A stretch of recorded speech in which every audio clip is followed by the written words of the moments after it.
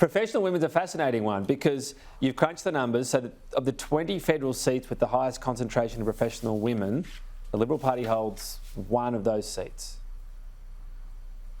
Yeah, and it's Bradfield, and it's actually 20th. So of the entire workforce, professional women make up about 14% of the workforce. Professional men make up just 11%. You look at that in an ASTON context, there are actually, there are about 3% more professionals. Oh, actually, sorry, it's bang on the national average when it comes to professionals. So that won't actually hurt the Liberal Party as much. Rashina Campbell is obviously a good candidate selection. So where the demographics are going in favour in the Liberal Party when it comes to income in ASTON and when it comes to things like home ownership and renting, and where it's not, where it's going against them is when it comes to women, but they've kind of mitigated against that with the candidate selection.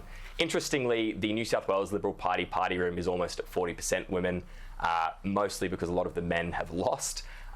But you do see people building out. You do see quite a few impressive female candidates entering the parliament as well. So Kelly Sloan in Vaucluse, Stephanie DePasca in Drummoyne, and Natalie Ward likely to be the leader of the opposition in the upper house. And then you see people like Charlotte Mortlock, your former Sky presenter, building out things like Hilmer's Network, which aims to get more Liberal women into the parliament. And it's an existential risk for the Liberal Party. I know this is a controversial thing to say, but you have to look like the people that you expect to vote for you. So if you don't have women representing you, you are not going to win elections under a compulsory voting system. It's just as simple as that.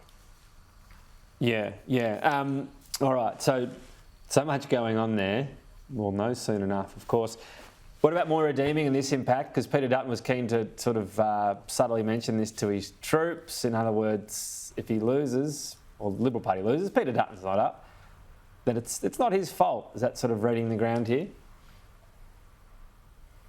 Yeah, it's not his fault, but it's certainly what they wouldn't have wanted. I mean, it's the last thing they would have wanted in the week leading into the election. I'll note that 9% of the vote at the 2022 federal election went to One Nation and the UAP. So whether those voters are not happy with Pessutto's decision to suspend deeming, we'll see. Maybe that's mitigated by those that are actually supportive of the decision. So it's an interesting one. We'll see what happens. And when it comes to Dutton's leadership, I think if he does lose this by-election, it's been almost 100 years since a government has won a by-election off an opposition. Basically the last time Fitzroy won a premiership, by the way, Tom.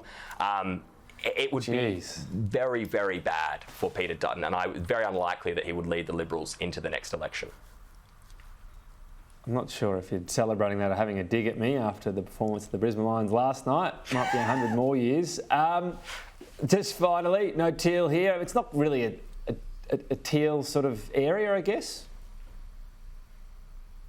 It's not a teal seat. I spoke to Simon Holmes Accord about this 3 weeks ago. I was like, why aren't you running? It's probably a good seat. There's a bit of a backlash against Alan Tudge. He was like, well, no community-minded independent group rose up, and he's actually claiming it's a success for his movement because 2 women are running for both major parties. So make of that what you will, Tom.